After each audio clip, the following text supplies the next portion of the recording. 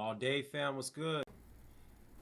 Man, I don't want to tell y'all I told y'all so, but I told y'all so.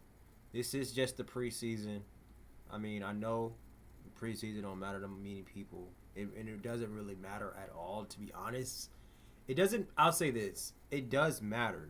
It doesn't matter to the point where it has any kind of relevance to our record in the regular season. But it does matter because for some of these people, let me say this, for some of these players, some players that play tonight, they will never suit up ever again in the NFL. And some players, they are more than likely probably going to be future stars, so they're going to be fighting for roster spots. Probably not for the Lions or the Chargers, even for the NFL, for all other 30 teams in the NFL. So the preseason does matter. So I hate when people say it doesn't matter. So there's some context to that. It doesn't matter to the point where it affects regular season record, but you can get a lot of information, a lot of data from the NFL preseason, especially if you're a scout, if you're a coach, or especially if you're a GM. Those three positions in the NFL, I guarantee you, it definitely does matter. It does. So that's what I enjoy about the preseason, and it also helps guys who's not experienced, who needs more reps, who needs more training, who needs more game time experience. It helps younger players to get better outside of practice. So it does matter. It really does. If you're a really huge football fan, if you're trying to learn the game, learn the sport, preseason is also very important to watch and learn because the game is a little slower. The NFL game is a little slower. Teams are not pushing out as the plays that they're pushing out is not as complicated. Defenses kind of dumbs it down a little bit. So, but with that being said, we got a lot of information on what the Chargers are, the type of team that the Chargers are. They were very physical. They were very, very, very, very. What's the word I'm looking for? The Chargers, the Chargers, even though it was a preseason game, they played so organized and they looked so disciplined. And that's from just Jim Harbaugh. And we were deep. We were deep, deep, deep. And that goes to Joe Ortiz and Chad Alexander, the assistant general manager to the Chargers. I told you guys, I knew all along the second we hired Joe Ortiz that we were going to be always a very deep team, and we were going to get some sleepers. We were going to get some players that people were never going to that people never heard of, and we were going to get some really good sleepers in the draft, in free agency. Joe Ortiz, he keeps telling you guys, since he's gotten hired, he keeps telling you, like, he's never stopping. He's always churning the roster. He's always looking for guys to add, and he's just going to keep adding players, finding guys, scouting guys. That scouting department is working. Is working 24/7 nonstop. And the fact that we are bringing in undrafted free agents like Nico Reed, from Oregon. Dude. We picked up Elijah Molden last week. We traded for him. Not last week. Last year we traded for him.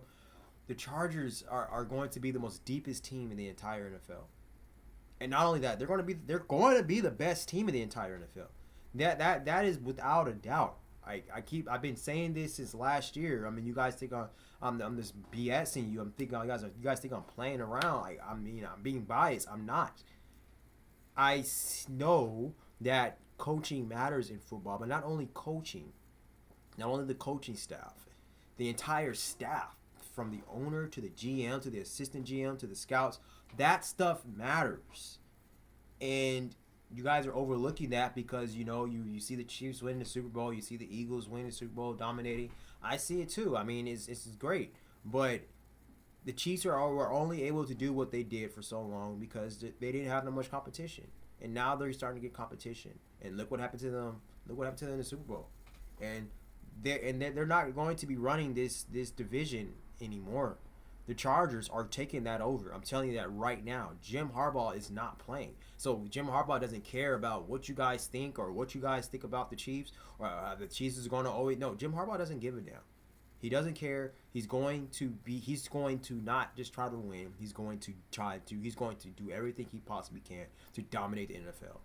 And he hears all the disrespect of Justin Herbert, and he is going to make Justin Herbert look like Superman in this league. Justin Herbert has the skill set. All Justin Herbert needed was just a coach to really help unleash that. And that's going to happen. You guys heard what Trey Lance said at the end of the game.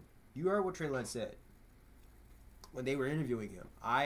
He said that Justin Herbert, he never really thought that Justin Herbert was that athletic. He said that Justin Herbert helped him when he got here. He said Justin Herbert, he learned a lot from Justin Herbert. That speaks volume of the type of player that Justin Herbert is, the type of person that Justin Herbert is. Justin Herbert is a pure leader. So, and you see what Trey Lance did in the preseason game. So, Trey Lance more likely could be a product of Justin Herbert. I mean, and I think the Chargers needs to do everything they can to keep Trey Lance because he is a perfect backup for the Chargers. If anything happens to Justin Herbert, Trey Lance can come right in and he can fill right in. If anything happens to Justin Herbert. My only concern with Justin Herbert is that these two things. Is that Justin Herbert, he does get injured sometimes, a little bit too much for my liking, and he's too robotic in the pocket. Those are my only two flaws with Justin Herbert. Other than that, I don't think Justin Herbert has any flaws in his game. That's why I think Justin Herbert is the best quarterback in the NFL, and that's why I think he's going to show that to you guys all this year. But those two things right there, I think they're going to be fixed because we have a really great strength conditioning coach, Ben Herbert, and I believe just Jim Harbaugh and Greg Roman are going to they have broken that roboticness of Justin Herbert with how they're calling the shots, calling the game. So I believe Trey Lance is I think the Chargers need to do everything they can to keep Trey Lance unless they get some type of good trade for him or whatever. But he's a really good number two. He'll be the best backup quarterback in the NFL for the Chargers. Literally, I mean that's obvious because if he keeps getting better, he's definitely going to get a shot to start somewhere in the NFL. He definitely will. I don't know where, but he will. So Trey Lance, you're doing your thing. Keep learning from Justin Herbert. Keep learning from Day, which is our quarterback coach. Keep learning from Jim Harbaugh. Take all you can, man. Because I've always was rooting for Trey Lance. I liked him when he was at the 49ers. I thought it was completely stupid that the 49ers got rid of him. But it's whatever. Kyle Shanahan, I think Kyle Shanahan is an awesome coach, but I think he gets too much credit for stuff. I think he's a little overrated. I don't think he's like that great of a coach. He's a good coach. He's a very, very good coach, but I wouldn't put him in my top 5 of coaches in the NFL today. I just wouldn't. My top 5, I would say, is Jim Harbaugh, Andy Reid, Nick Sirianni, Mike Tomlin, and I mean Pete Carroll's back, so Pete Carroll. Pete Carroll. Maybe Dan Campbell. I love Sean McVay. You know those guys. I'll put all those guys over Kyle. So, and I'm missing some coaches. So, you know. But I mean, look, man.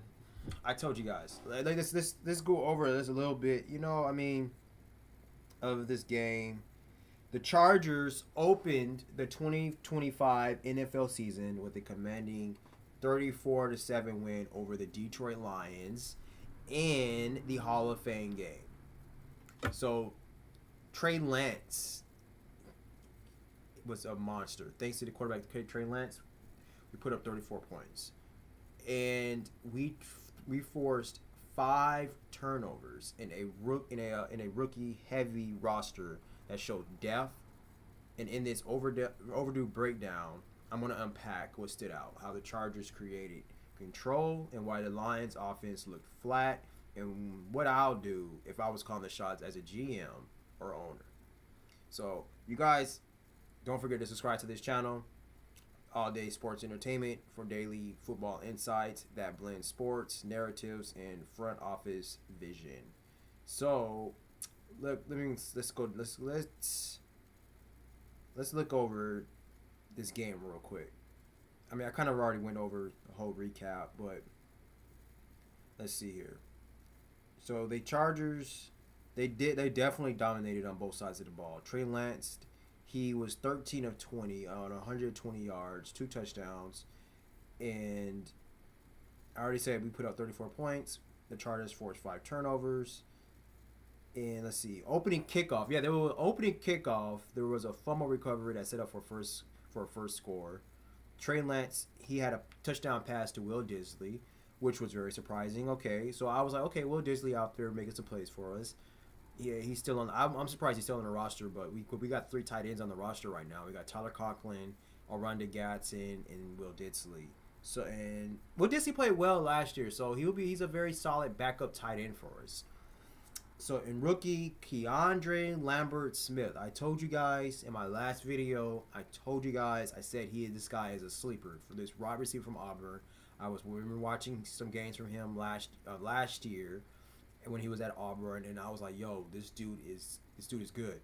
Auburn has some really good receivers. They have some speedy receivers, and KLS was out there making plays for Auburn. So KLS, I know there's talks that he's going to have to fight for a roster spot. That dude already got a roster spot. He does not need to fight for that roster spot. The only thing KLS needs to do is continue to keep doing what he's doing. He runs very good routes. He is a very good route runner. I was watching some tape on him. I saw that when he ran a route, he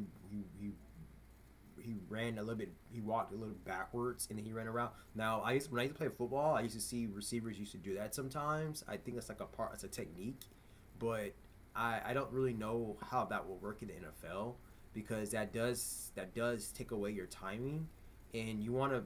In the NFL, everything is timing. You can't. That takes seconds away. So, but we have one of the best wide receiver coaches in the entire NFL, Sanjay Law. He's going to be able to. He's so detailed. He's going to fix that with KLS. KLS also has Ladd McConkey, who is one of the best route running receivers in the NFL. So that's those small stuff like that is going to be taken away. It's going to be fixed. But I told you guys in the last video, I said this dude might be better than Trey Harris. He is a really good wide receiver, and he may. I think Trey Harris is going to be really good. Trey Harris didn't really do too much in this game. I don't know how many snaps he had in this game. I saw him a couple times out there. He didn't really. I don't even know if Trey Harris even had a catch. He did get. Trey Lance did pass in the ball one time, but Trey Harris wasn't able to get it pulling in. He didn't drop it or anything. I think Trey Lance overthrew him or something. I can't remember, but yeah. But hey, man, the two rookies that stole the show tonight was KLS and Nico Reed. And Nico Reed is an undrafted free agent. We got a fifth rounder in an undrafted rookie. Come on, man. I'm telling you guys. Joe Ortiz is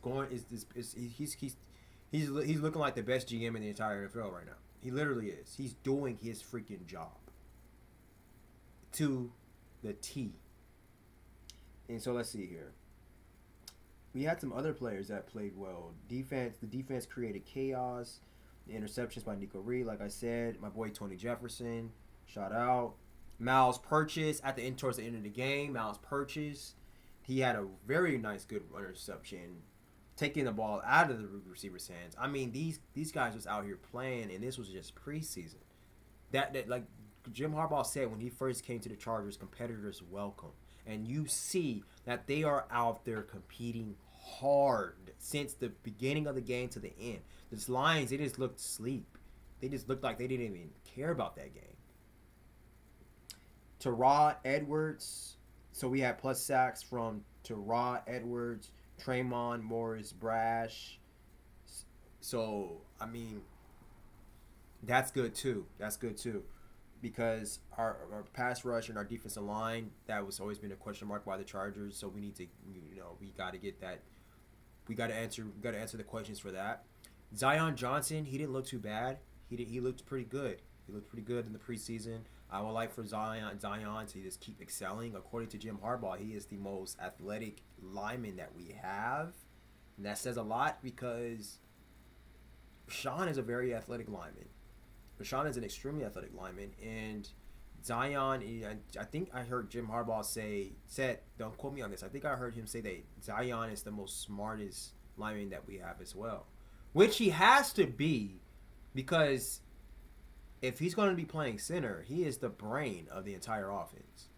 The center position is so overlooked. It is the brain of the entire offense. The center has to know just as much, almost probably even more, than the quarterback.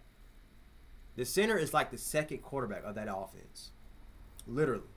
The center is a very, very, very, very mental position. All of football is mental, but definitely center.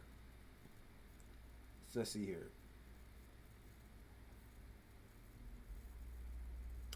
So, yeah, our defense looked deep. I'm just trying to see if I'm missing anything.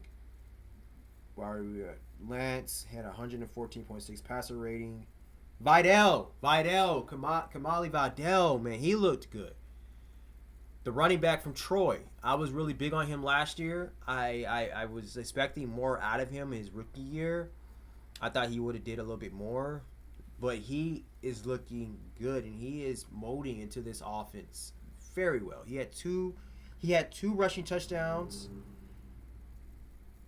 and the team scored on multiple short fields. That shows very efficiency. Yes, that does, because we had a lot of short fieldage because we were first in turnovers. So anytime when that's going to happen, you're going to get, especially with a Jim Harbaugh team, you're going to blow this team out. You're going to blow the team out, and that's what happened with the Lions. The Lions looked really sloppy. They looked terrible. Their quarterback is garbage. That quarterback, Allen, I think his name, he looked bad, very bad.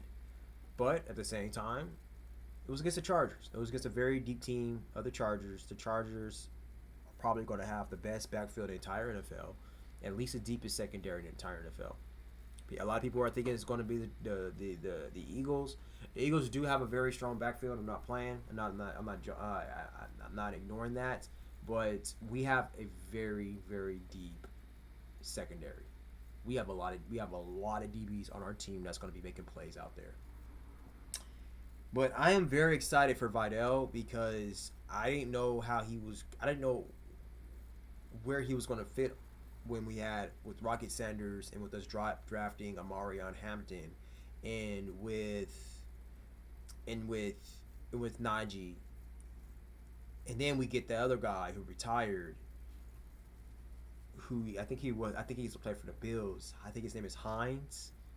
He looks like a very good special teams player. He's going to make the team because he's going to do, I think he's going to be returning kicks and punts for us in the regular season. And because he looks really good too. So I was trying to see where was Vidal going to fit on this roster. And if Vidal keeps playing like this, he can fight for a third down back right behind Najee and Amarion. He will be perfect for that because he's playing very physical. He's putting his nose towards the end zone. And he's playing the game like how I wanted the game to be played by our Chargers running back that we draft, because we have drafted so many running backs in the past and none of them can run between the tackles. And Vidal is running between the tackles and he is putting his nose towards the end zone, especially in short yardage, and that's what he did. And that's what I like. He is making contact. He is lowering his shoulders. He is hitting as a running back. I love that. I love that out of running backs. If I was a coach, GM, my running back couldn't lower his shoulders, can't run upfield, always trying to zigzag, I would not. I hate running backs that does it. I hate running backs that run sideline to sideline. I hate that. I like running backs that runs in the middle, that runs in between tackles, that really puts their nose. I like running backs that puts their nose to the end zone, that puts their nose upfield. I like running backs like that. And so that's what Vidal did. And that's what Hampton did. Aside of that last drive by Hampton, he was running too much to the side, towards the sideline instead of turning upfield. And there was a very experienced defensive back for the Lions that did not hesitate. That was very instinctive, and that came and hit Amarion right before he was able to get to the first down. Amarion was trying to juke him, and he did not. And that defensive back was not fooled. Very experienced defensive back. He was, like I said, he was a starter last year for the Lions. That wasn't happening. Yeah. I was like, he has fast game time experience. It wasn't happening. Amarion is still young. He's still young. He's a rookie. So I'm not worried about that. But outside of that, Amarion looked really good too. Amarion was making a lot of guys miss. He was breaking a lot of tackles. He was making a lot of contact, and he was falling forward 1 yard, 2 yards, 3 yards. Amarion, where he was really supposed to be tackled in the backfield, or not, and really tackled at first hand, because some of the blocking was not really that good for Amarion. And so that's going to be very good too for the Chargers, because even what I guys mentioned with Zion Johnson, him excelling as a center, because I think Zion is going to end up being a center. I don't think Zion is going to be the guard. I think that's going to be Bradley Bozeman. But even with our line not really, with our interior still kind of question marks, and there were some missed blocks. The blocking wasn't the best for Amarion. He was still making use of what he could do just by single-handedly, and that shows really great signs of a running back. So I love that. Amarion, if he keeps getting a little experience, that might have been the last time that we might see Amarion for the rest of the preseason. It might be. I don't know. I have to look a little bit more in what Jim Harbaugh and what the Chargers are going to be doing. But that could be the last time we see Amarion Hampton in the preseason. It could be. I think that we should play him a little bit more. But it could be. And I want to see Rocket Sanders out there. I need to see his Rocket Sanders is another running back that could be very good for this team. I was almost thinking that if we somehow get rid of Najee, there's talk that we might get rid of him before the season even starts. I don't think that will happen. I would like to see Najee Harris at least with the Chargers for 1 year, at least. And Najee is. I would like to see him with the Chargers for a few years. I like Najee Harris. I liked him ever since he was at Alabama. But him getting that eye injury, I don't know what his status is going to be coming to this season. So that kind of puts a bad taste in my mouth. I don't know. I don't know where he's going to be. It's whatever. We got to keep going.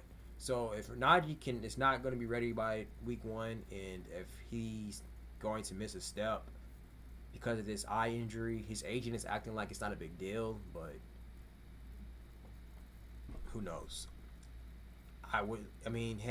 Three-handed monster, Amarion, Kimani, Rocket Sanders.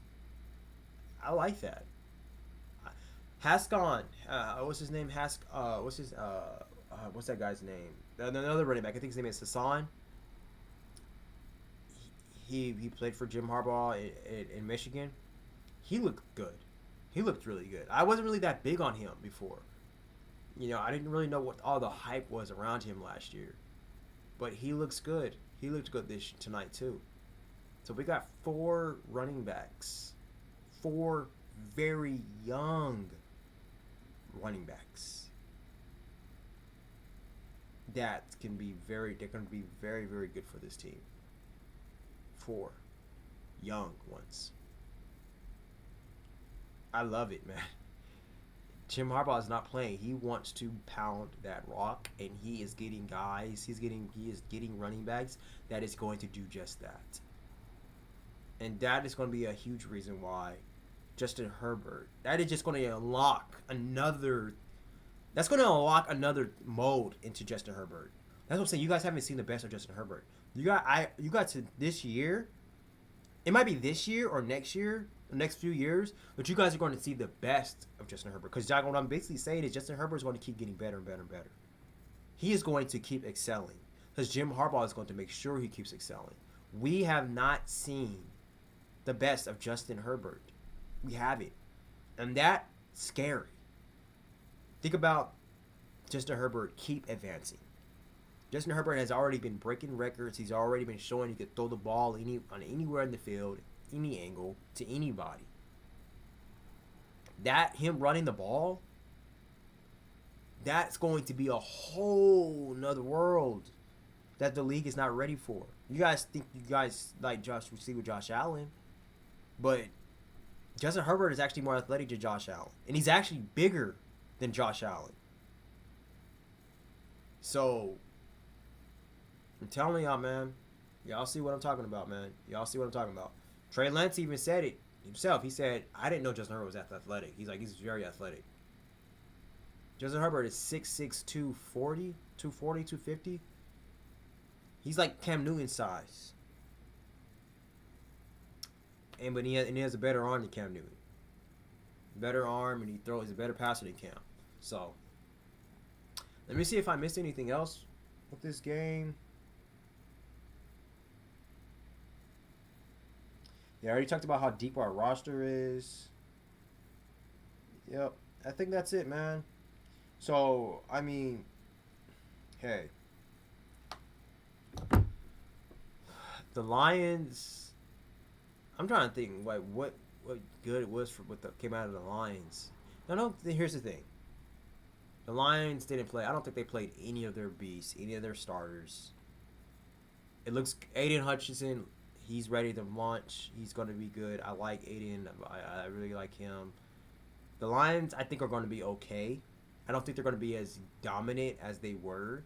I think their days are behind them until Dan Campbell gets better offensive coordinator, gets better coordinators for that team, better coaches for that team. But I don't think the Lions are going to be as dominant as people think they are.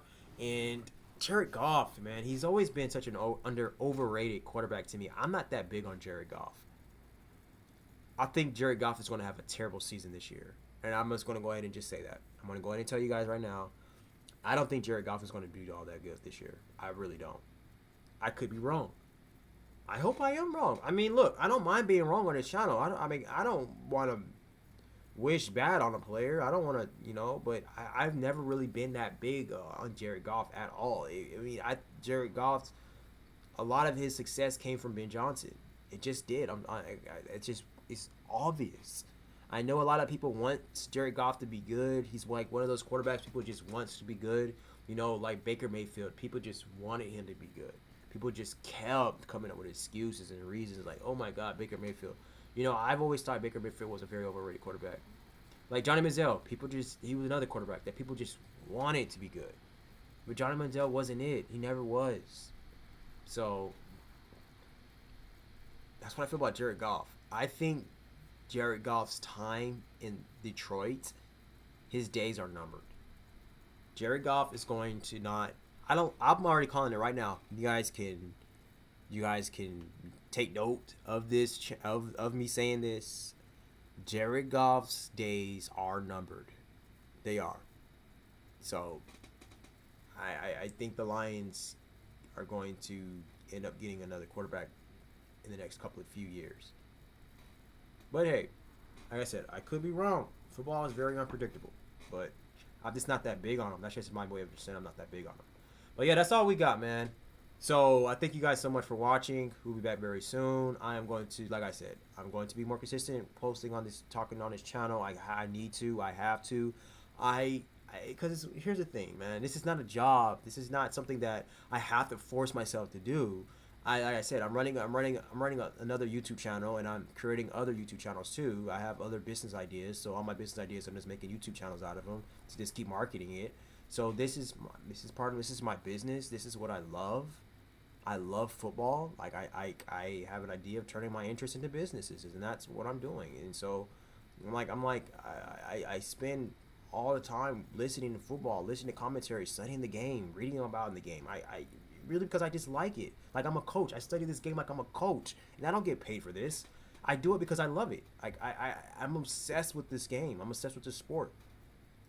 You know, I like learning in general. I study coding, technology. I write. I'm a writer. I study a lot of different things. I study economics.